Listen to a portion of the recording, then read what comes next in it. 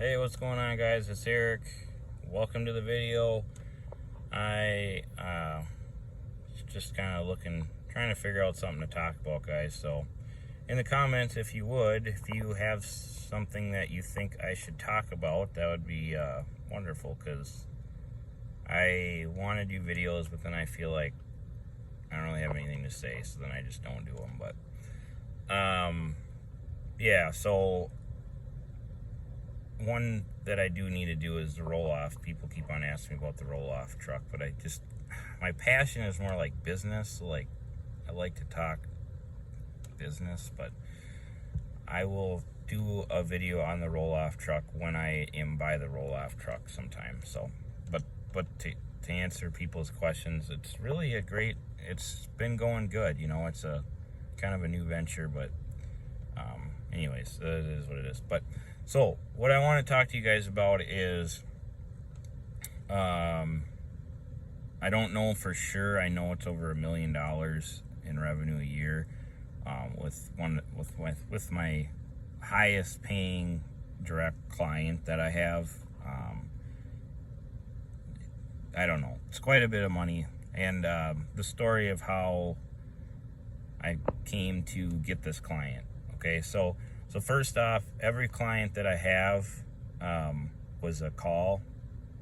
Was me calling them without an introduction and just basically saying, you know, like, I have another video called How to Get Direct Clients, and basically it goes into a very simple, don't make it harder than it is situation, and you know, you just go from there with it. So if you guys want to check that video out, go ahead and check that out. But so I'm not going to go into the exactly the how-tos, which, like I said, it's just really not that big of a deal. You just call a company up and tell them you want to work for them. So anyways, I called up this company and I talked to this guy, and he was really nice. And a lot of times the hardest part is just getting in contact with the right person that makes those decisions.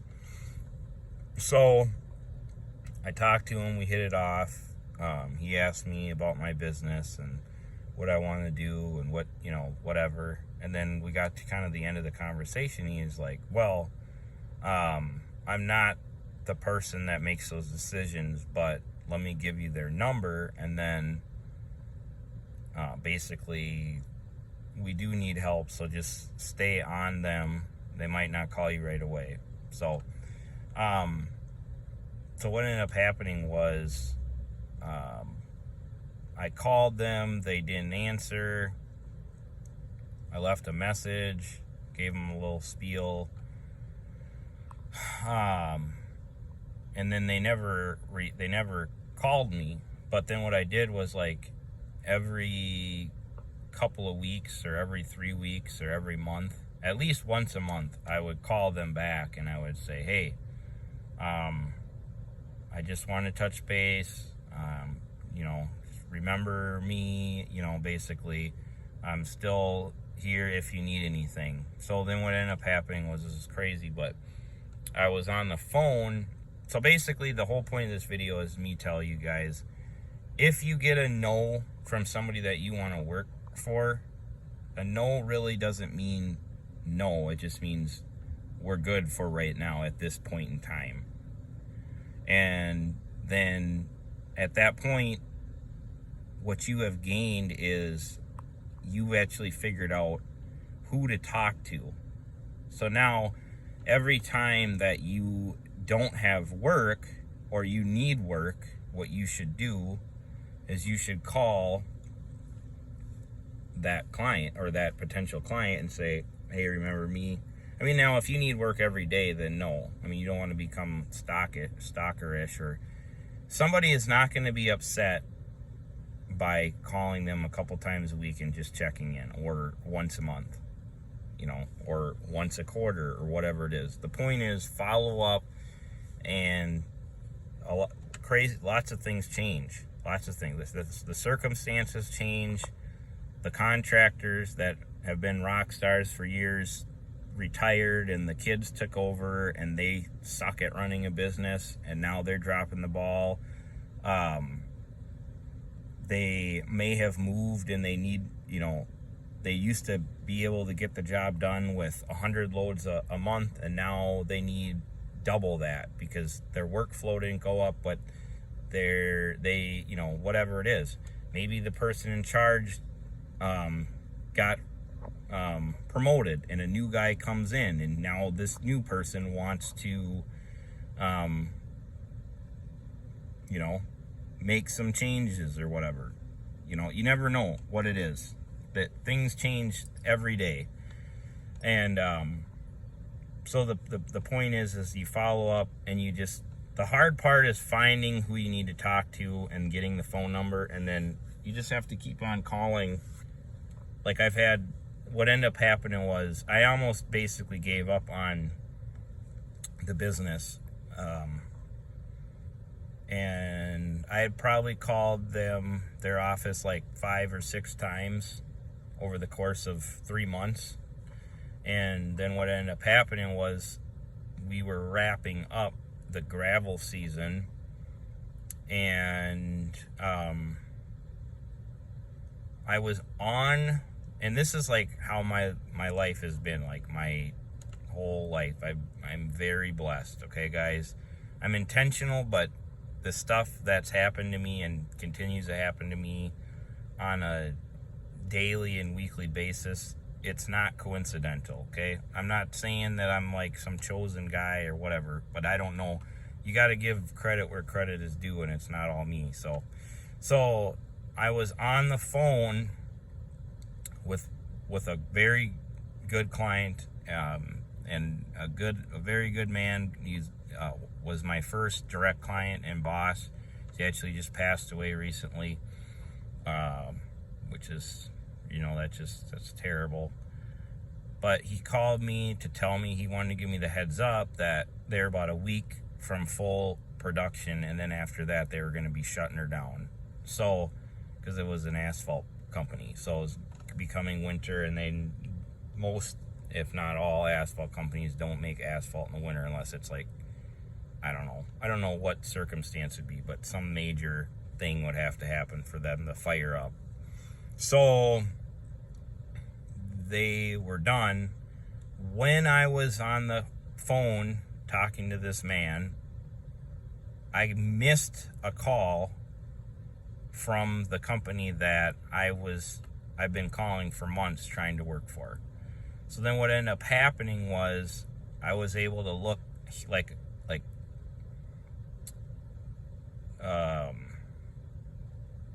a big company, because I had 5 trucks or whatever, but 3 of them were being about to be done working every day. So basically what ended up happening was we transitioned and then just started working for them. And then I think we're going on 3 years, or maybe 3 years or 4, I don't know, something like that. We've been working for them, and then now they've become $1 million a year contract for us. And it all started with just calling the main number, and Googling the number and talking to the receptionist.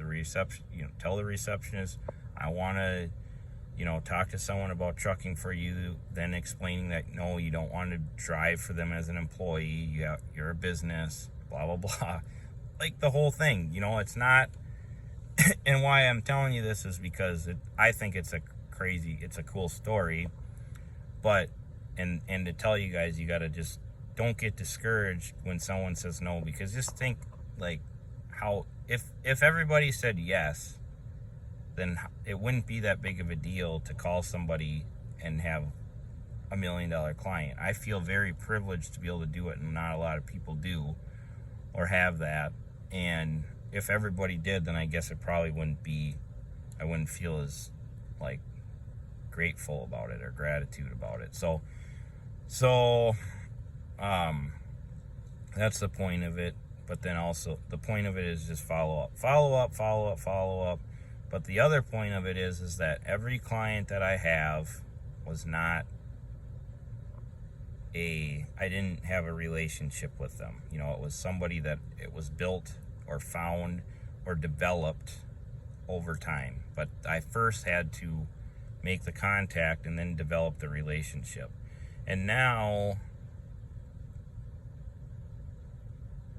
I still don't think I've gotten like a referral from another company.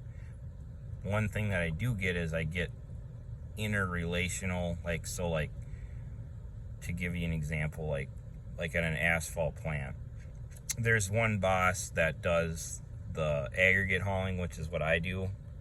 So like, he controls all of the ag hauls, and then there's usually a boss over him that controls all of transportation, right? So like, the ag guy, there's more trucking in the organization, because like in asphalt, and this is, I'm just telling you this one as an example because it's easy to say, but like in a company that, let's say, isn't gravel, let's say it's like a dry van company, there's inbound freight, outbound freight, there's, you know, all different types of other things, like the garbage, who's controlling the garbage.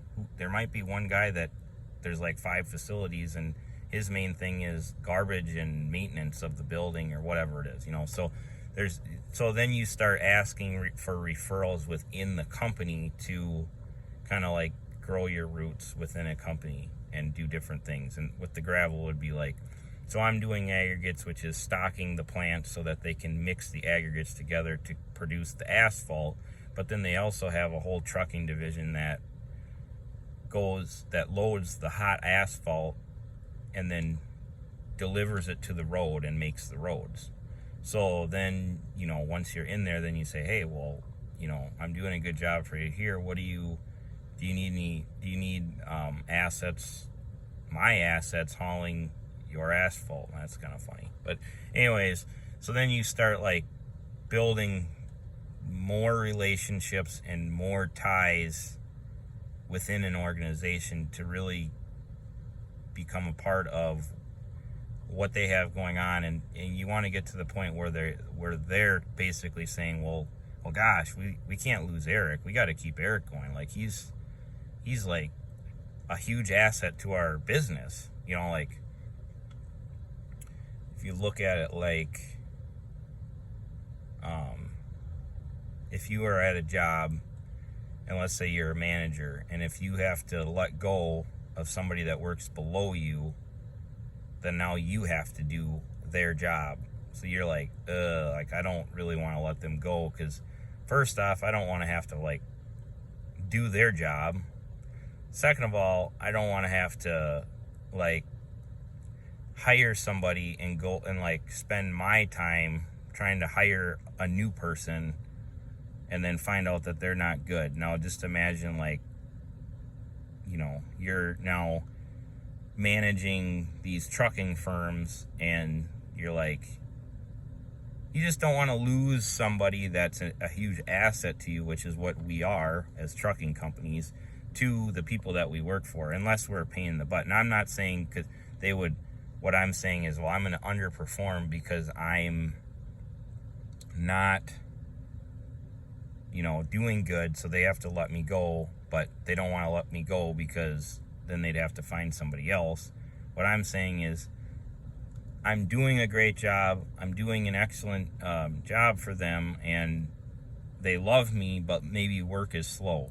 Well, maybe instead of letting me go, they'll just let a couple of their drivers go on unemployment so that they can keep me going, because if they don't keep me going, then they're going to have to replace me later, which is going to be hard for them to do. So that might be their mindset on, you just want to look at it from a point of, it's not a huge corporation. And I always say this too.